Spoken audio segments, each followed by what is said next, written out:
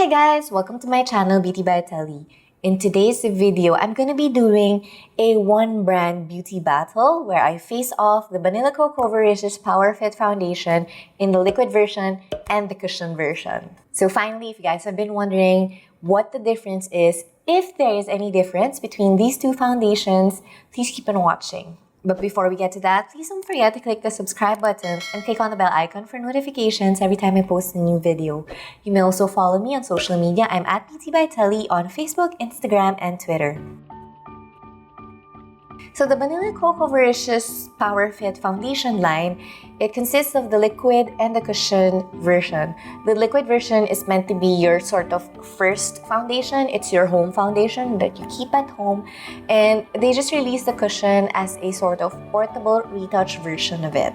Later on in the video, we're going to compare how different these two formulations are, if there is any difference, and how it's going to look like when I use the cushion to retouch everything. Hopefully, it's going to be effective and not going to cause holes in my foundation. So before we get to the application and wear test, I'm just going to talk to you guys a little bit about what this brand is trying to do. So Banila Co Covericious, it's really hyping up on trying to give you guys that K-beauty glow, and I think the first generation BB creams, they were too focused on the glow. They were really like wet and dewy, but a lot of them lacked coverage. They were really watery and were just not really enough to cover like all our little problems and imperfections. So with Covericious, finally they acknowledge that people don't have perfect skin. Not everyone is like this perfect Korean K-pop idol.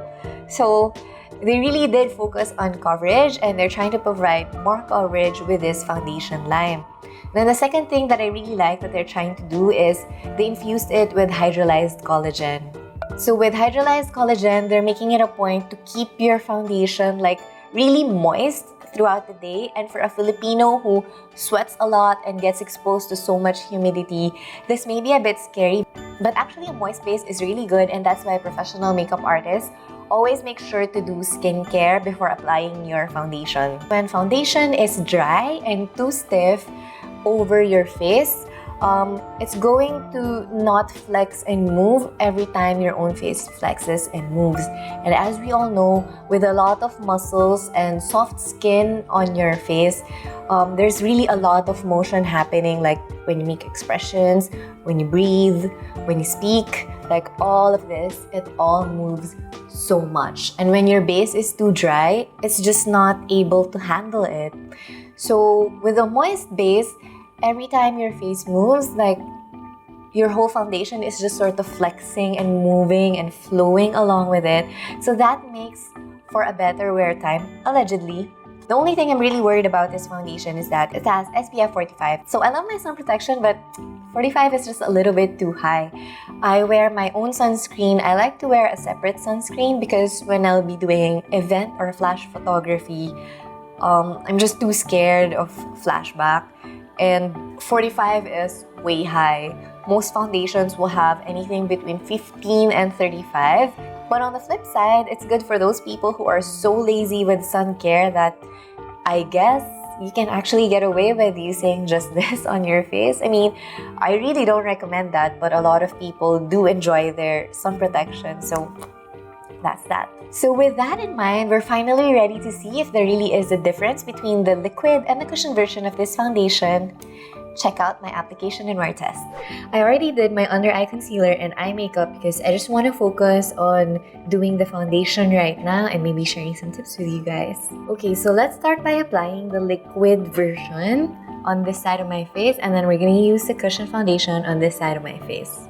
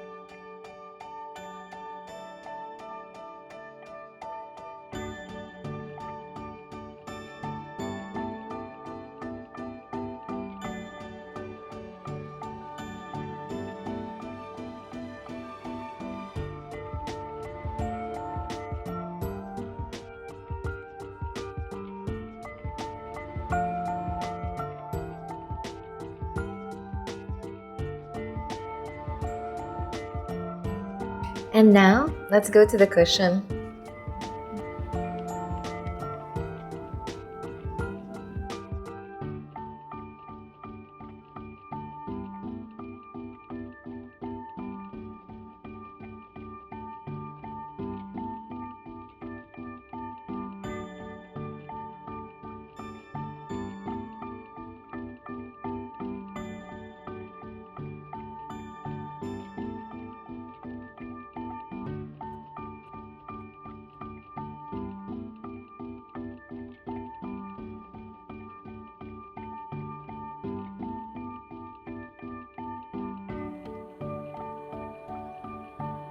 So that's the foundation. I'm just gonna set this all both with the same powder and finish up my look and report to you guys back in a bit.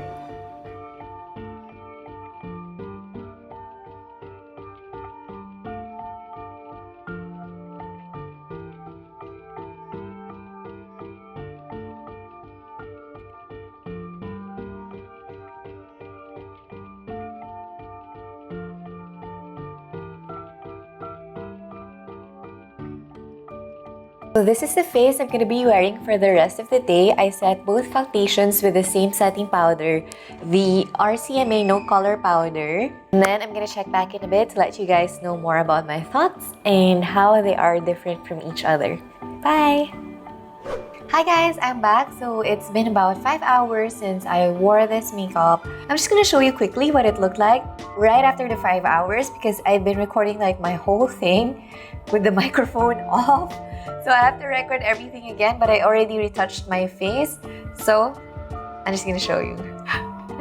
Okay, so this is what it looks like after 5 hours. I was kind of shocked to see my face color blend a little bit better. When I was applying the two foundations, they looked really different on each side. Like I'd obviously worn two different shades of foundation, but strangely enough, they oxidized into something more or less similar. And that really shocked me because I assumed that with two different foundation shades, they would oxidize into two different new shades of foundation, but they actually got closer together. So wear down is almost exactly the same. Both sides look perfect. My scales, my texture, my dots, and my cracking skin, they're not really showing through. You can see that on my nose, holes are starting to form, but I'm not sure if it was me being afraid to cross over each type of foundation onto the center of my nose and thus failing to blend properly, or if it's just the foundation's limitation, because as we all know, foundation tends to go first on the nose. So this time, I don't know. Sorry, my bad. But overall, what I really love about how this foundation wears down is that true to the hydrolized collagen claims, there is a certain kind of perfection with this foundation's wear down that I don't really get to experience with typical foundations. My super duper dry and thirsty skin tends to suck out all the moisture from foundation. So when that happens, the way it breaks down and wears down throughout the day is really ugly, like there are actual patches and holes, and it almost looks like snakeskin. Definitely there's a huge difference with this foundation compared to other typical foundations.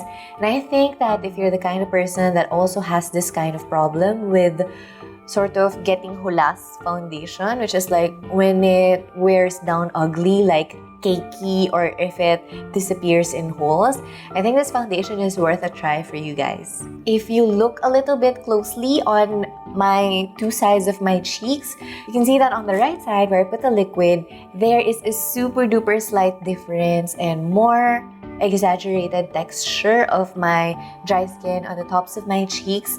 I super hope the camera can pick this up because even to my naked eye, it does look super duper similar still to the cushion side. So let's do a little interlude. Why don't I retouch this foundation using the cushion as it was intended? So number 21 Rose is not really my exact shade match, but I just want to see how it layers over both products. Okay, so first I'm gonna blot and just take out like excess oil from my skin. Then, using the cushion, I'm just gonna go over both sides of my face just to see how this advertised as a retouch product will work over itself, like the plain cushion, or over the liquid foundation as it's meant to be used. So that was a super quick and easy retouch. I had no problems with the cushion layering over both the cushion and the liquid version. It wasn't really like clumping and picking up chunks of foundation off. So sometimes actually, as we all know, when the formulation of your base product and your retouch product do not match, you can actually like sort of form clumps of product and just sort of like scoop out chunks or layers of foundation and end up with holes even when you're trying to just add product on top. Like, that's just the way it is. That's the chemistry of foundation. So actually, if you try to put product over a base that already exists, you have to be careful about the compatibility of the two formulations. As expected, this retouch cushion worked well over the cushion and the liquid version. I didn't have doubts about that. So even with the slight differences in texture and wear down of the two foundation types, I still highly recommend the Banila Co Covericious foundation. I think it's just a matter of preference. If you like liquid pump type foundations or cushion type foundations, I think you can just choose among that because overall the performance is still highly similar. Texture is slightly different. I prefer the cushion a little bit more because it's more liquidy, it's more wet, and I feel more moisturized when I use it. So it works well and better with my dry and dehydrated skin. And I think people with oily or combination skin don't necessarily need to be afraid of the moisture content of this foundation line. As we all know, some people may be oily but dehydrated, meaning they have a lot of oil on their skin but not enough water content. And so I think if you have that sort of same condition of lacking water content, I think you may still find something enjoyable with this foundation, especially since it wears down super nice and perfectly, like I'm not cracking or caking up. And aside from my nose, there are no holes in this foundation. And that's that for today's video. Hope you guys enjoyed and learned something new. If you like this video and want me to do more K-beauty reviews, please give this video a thumbs up. Thank you guys for watching. I hope to see you guys on the next video. Bye!